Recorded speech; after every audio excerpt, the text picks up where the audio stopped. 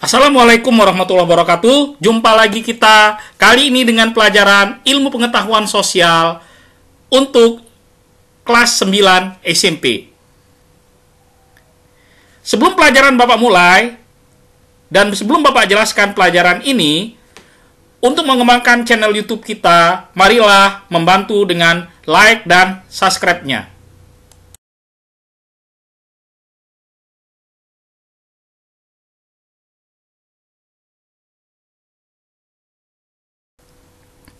Kali ini, Bapak akan menjelaskan bab 1, interaksi antar ruang, benua Asia, dan benua lainnya.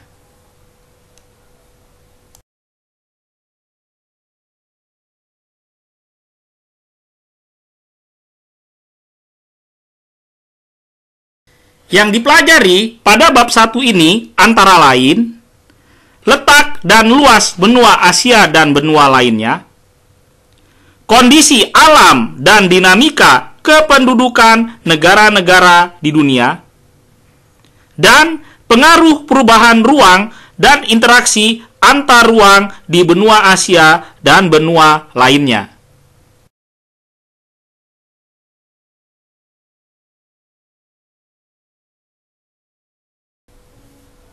Letak dan luas benua Asia dan benua lainnya. Benua Amerika. Posisi geografis 170 derajat bujur barat, 35 derajat bujur timur, dan 83 derajat lintang utara, 55 derajat lintang selatan. Luas wilayah 42 juta kilometer. Benua Afrika. Posisi geografis 35 derajat lintang selatan, 30 derajat lintang utara, dan 17 derajat bujur barat, 52 derajat bujur timur. Luas wilayah 30,29 juta kilometer. Benua Eropa. Posisi geografis 35 derajat lintang utara, 80 derajat lintang selatan, dan 9 derajat bujur barat, 60 derajat bujur timur. Luas wilayah 10,35 juta kilometer. Benua Asia. Posisi geografis 80 derajat lintang utara, 11 derajat lintang selatan, dan 26 derajat bujur barat, 172 derajat bujur timur. Luas wilayah 44 juta kilometer. Benua Australia. Posisi geografis 10 derajat lintang selatan, 39 derajat lintang utara, dan 113 derajat bujur barat, 153 derajat bujur timur. Luas wilayah 8,9 juta kilometer.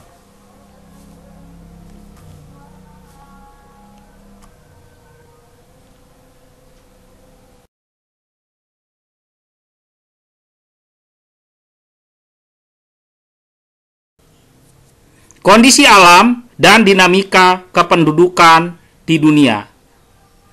Benua Asia, contoh Indonesia. Kondisi alam, daerah pertemuan lempeng Eurasia, lempeng Pasifik, dan lempeng Australia. Terdapat 3 kawasan flora dan fauna serta beriklim tropis. Kaya akan sumber daya alam seperti tambang, hutan, pertanian, dan perkebunan. Selanjutnya ini masih di benua Asia ya. Korea Selatan, ini contohnya. Terdapat titik tertinggi di Halasan dan pegunungan Taibak. Memiliki hutan tropis di sepanjang pantai selatan dan Pulau Jeju.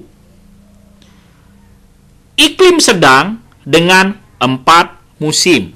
Nah, dibandingkan ya, ini sama-sama benua Asia, Indonesia dengan Korea Selatan. Indonesia hanya ada 2 musim, tapi di Korea Selatan ada 4 musim.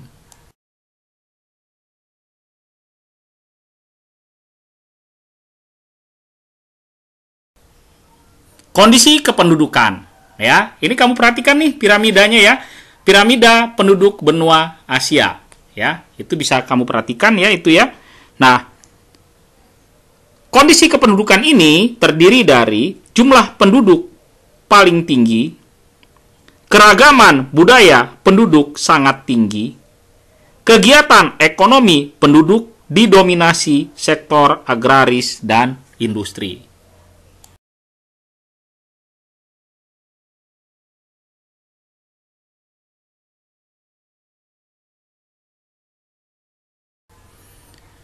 Kondisi alam dan dinamika kependudukan di dunia. Ya, ini sekarang kita lihat nih contohnya nih benua Amerika dan kondisi alamnya. Nah, sebagai contoh ini ada 2 negara ya, Amerika Serikat sama Chile.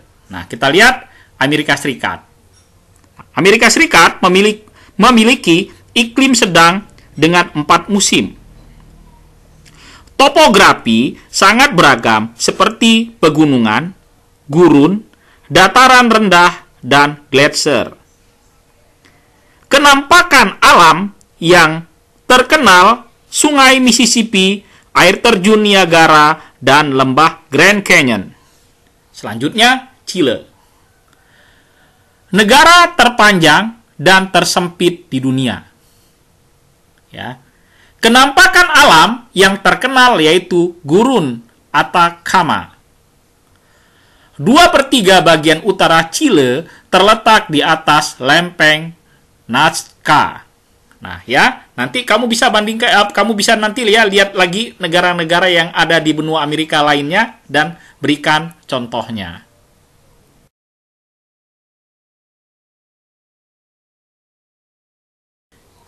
Kondisi kependudukan. Nah, ini ya, ini akan Bapak coba bandingkan ya antara Amerika Utara dan Amerika Selatan. Ini tentang kondisi kependudukan ya. Coba diperhatikan nih ya. Selanjutnya nih, pertama, Amerika Utara. Didominasi oleh negara-negara maju seperti Amerika Serikat dan Kanada. Laju pertumbuhan penduduk rendah. Perkembangan teknologi sangat maju. Ini yang terletak di Amerika Utara. Nah, selanjutnya gimana yang di Amerika Selatan? Nah, kita lihat yang Amerika Selatan. Ya. Kegiatan ekonomi penduduk didominasi sektor agraris, berarti pertanian. Dikenal sebagai wilayah Amerika Latin.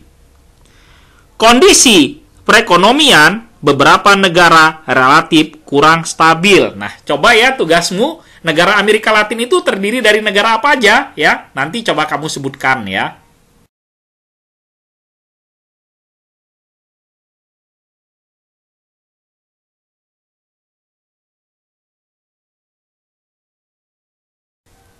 Selanjutnya, kondisi alam dan dinamika kependudukan di dunia. Ya, sekarang kita lihat benua Afrika dan kondisi alamnya. Nah, ini yang Bapak jadikan contoh ini adalah Mesir dan Nigeria. Ya, kamu tahu letaknya Mesir di mana? Ya, di Afrika, bagian Afrika Utara. Ya, kita lihat ya.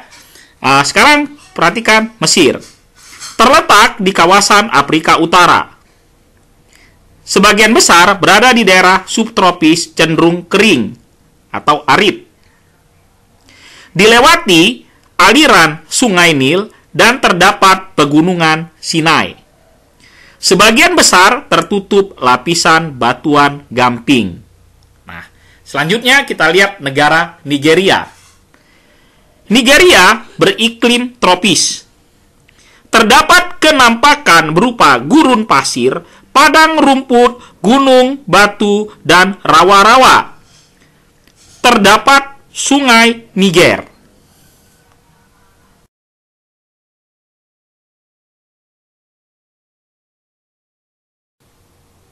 Kondisi kependudukan. Ya, itu perhatikan nih, ada piramida penduduk benua Afrika.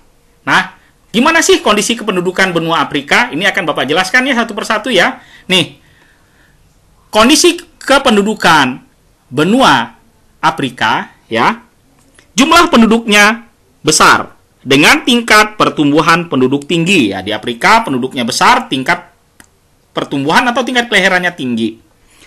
Persebaran penduduk tidak merata. Ya, ada negara yang penduduknya padat tapi ada yang masih jarang tuh di benua Afrika. Maaf. Banyak masalah penduduk berupa kesehatan, perekonomian, dan tingkat pendidikan rendah.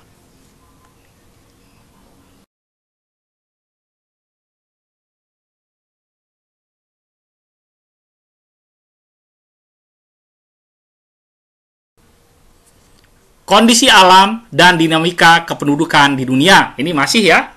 Selanjutnya kita lihat benua Eropa dan kondisi alamnya. Ini yang menjadi contoh, ini ada dua negara, Inggris sama Prancis. Nanti ya, setelah ini Bapak jelaskan, kamu sebutkan negara-negara yang ada di benua Eropa lainnya, serta kondisi alamnya. Oke, sekarang kita lihat Inggris. Dipengaruhi arus laut panas yang sejuk dan basah. Daerah iklim subtropis.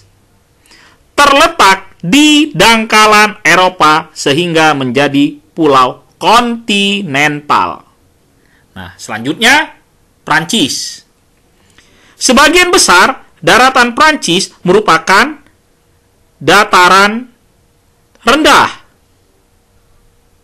Terdapat cekungan yang dikenal sebagai Masif Sentral. Nah, itu Prancis ya.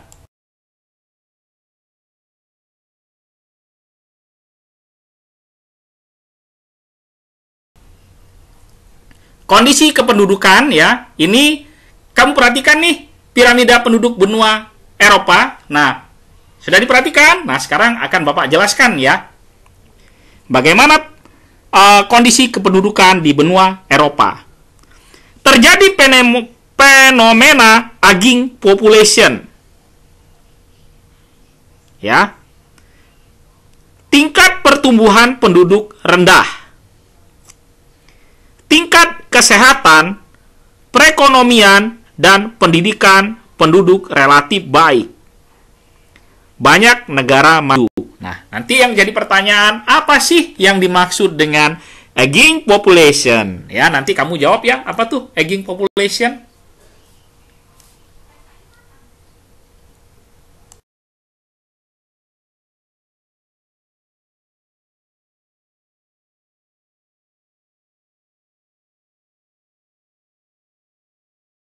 Ya ini ya, ini masih kondisi alam dan dinamika kependudukan di dunia ya. Nah, selanjutnya kamu perhatikan sekarang nih benua Australia ya. Ini ada bagaimana sih kondisi alam di benua Australia ya. Tolong perhatikan nih penjelasan dari Bapak ya, kondisi alam di benua Australia. Terdiri atas 3 zona, yaitu dataran rendah, tengah, dataran tinggi timur, dan plato barat besar. Iklim tropis, subtropis, gurun, dan iklim laut sedang. Terdapat kenampakan The Great Barrier Reef. Fauna khas Australia berupa berbagai jenis reptil dan hewan berkantong, ya. Contohnya kanguru. Ya, jadi ini ya, inilah kondisi alam di mana? Di benua Australia.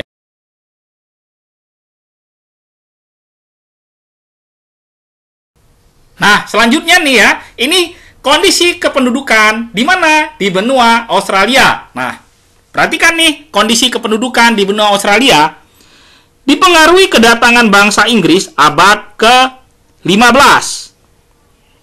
Perekonomian didukung sektor pertanian, perkebunan, perindustrian, dan jasa. Pertumbuhan penduduk lambat. Ya, ini benua Australia ini luas, tapi pertumbuhan penduduknya masih lambat.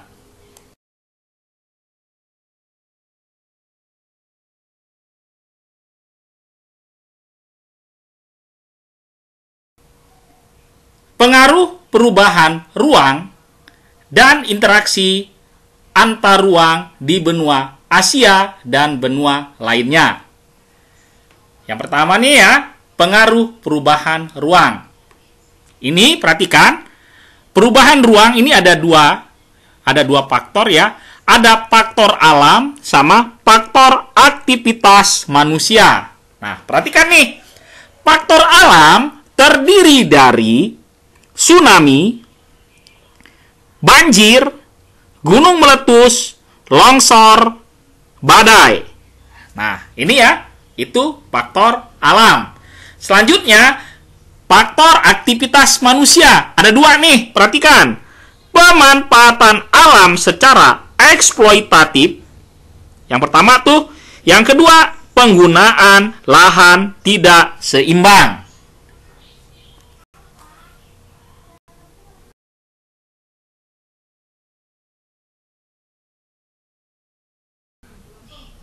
Pengaruh interaksi antar ruang benua-benua di dunia. Ya, ini pertama di bidang ekonomi. Mendukung pertumbuhan ekonomi. Daya saing ekonomi meningkat. Kualitas penduduk meningkat. Peluang investasi makin terbuka. Nah, selanjutnya ya di bidang sosial budaya. Nah, sektor pariwisata menjadi sektor yang menjanjikan. Pengaruh budaya barat dapat merusak budaya asli. Menurunkan kesenjangan sosial. Selanjutnya, budaya sebagai kebanggaan suatu negara.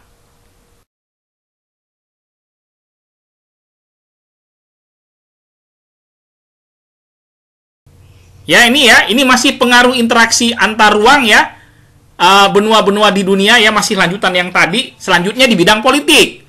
Ada potensi saling memengaruhi antar negara. Tingkat kepercayaan antar negara makin membaik. Menghilangkan kesenjangan antara negara maju dan negara berkembang. Nah, selanjutnya memicu konflik di perbatasan. Oke ya, ini di bidang politik. Selanjutnya kamu lihat lagi di bidang pendidikan. Taraf pendidikan meningkat. Angka melek huruf meningkat, khususnya negara berkembang. Teknologi merambah ke berbagai penjuru dunia. Perkembangan ilmu pengetahuan.